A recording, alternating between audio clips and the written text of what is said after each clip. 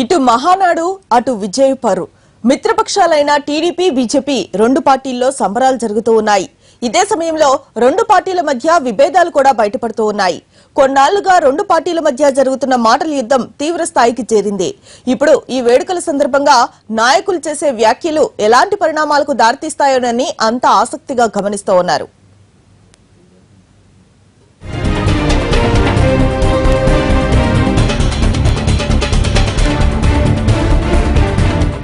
ఆంధ్రప్రదేశ్కు ప్రత్యేక హోదా నిధుల కేటాయింపు విషయంలో జరుగుతున్న వాగ్యుద్ధం తీవ్ర రూపం దాల్చుతోంది. 1,00,000 కోట్ల సాయం చేశామని బీజేపీ నేతలు చెప్పుకుంటుంటే అంతెక్కడ చేశారు? మీరిచ్చిన నిధులు 2,000 కోట్లు కూడా లేవంటున్నారు టీడీపీ నేతలు.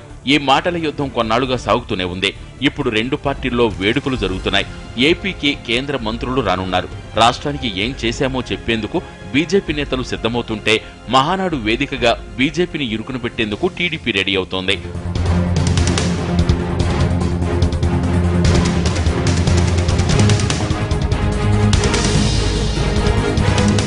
ప్రత్యేక హోదా కోసం పట్టుబడుతున్న ఆంధ్రప్రదేశ్ ప్రజలకు ఆ హోదా ఉన్న రాష్ట్రాలకు ఒరిగిందేంటో చూడాలని బీజేపీ నేతలు అంటున్నారు.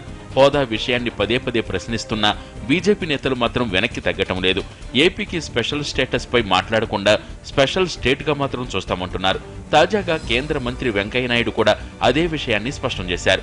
ప్రత్యేక హోదాపై కొందరు అవగాహన రాహిత్యంతో మాట్లాడుతున్నారని అన్నారు. అందరూ రాజీ పడిపోతే ఆంధ్రప్రదేశ్కి అన్యాయం జరుగుతున్న చూస్తూ ఊరుకుంటే ఆంధ్రప్రదేశ్ ప్రజాప్రతినిధి కాకపోయినప్పటికి కూడా ఆంధ్రప్రదేశ్ ప్రజలు నన్ను ఎన్నుకోనప్పటికి కూడా పొరుగు రాష్ట్రానికి ప్రాతినిధ్యం వహిస్తున్నప్పటికి కూడా అఖిల భారత అధ్యక్షుడిగా నేను ఆ స్థాయిలో ఉండాల్సినప్పటికి కూడా ఒక తెలుగువాడిగా పుట్టిన ప్రాంతానికి అన్యాయం జరుగుతుందని చూసి నేను జోక్యం చేసుకున్నాను. ప్రత్యేక హోదా కావాలని అడిగాను. వాళ్ళు ప్రత్యేక హోదా చట్టంలో పెట్టలేదు. పెట్టుంటే ఇప్పుడు ఈ ఇబ్బంది వచ్చి ఉండేది కాదు. ఒకటి. రెండవది, అది ఒకటే పరిష్కారం కాదు, ప్రత్యామ్నాయ పరిష్కార మార్గాలను మన 14వ ఆర్థిక సంఘం చూపించింది. ఆ దిశలో ముందుకు వెళుతూ ఉన్నాం. అలాగే దేశంలో 11 రాష్ట్రాలు ప్రత్యేక హోదా ఇచ్చినవి ఉన్నాయి ఇంతకుముందు. ఆ రాష్ట్రాల పరిస్థితి ఎట్లుందో నాకు తెలుసు.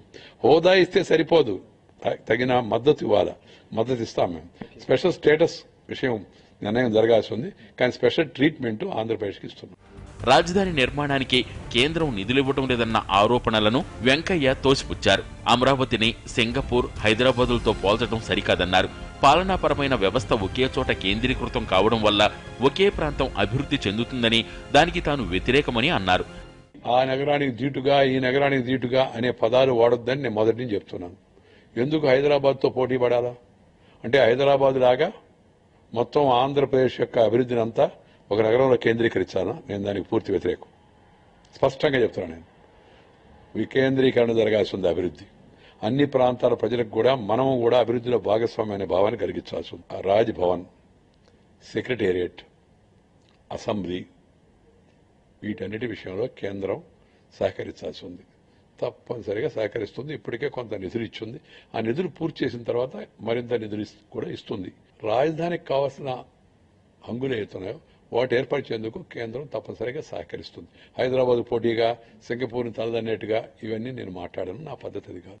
బీజేపీలోని రాష్ట్ర స్థాయి నేతలు మాట్లాడినప్పుడు టీడీపీ వాళ్లు అంతగా పట్టించుకోలేదు. ఇప్పుడు ఏకంగా రాష్ట్రానికి పెద్ద దిక్కులంటి వెంకయ్యనాయుడు నోటి నుంచే ఇలాంటి మాటలు రావడం టీడీపీ నేతలకు మింగుడు పడటం లేదు.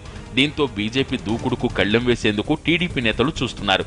మహానాడులో ప్రత్యేక హోదా, విభజన చట్టం అమలుపై ఈ రోజే తీర్మానం చేయనున్నారు. ప్రత్యేక హోదాతో పాటు విభజన చట్టంలో పేర్కొన్న 12 అంశాలను ఈ సందర్భంగా ప్రస్తావిస్తారు. ఈ సందర్భంగా నేతలు బీజేపీని టార్గెట్ చేస్తారా లేదా అన్నది ఆసక్తిగా మారింది.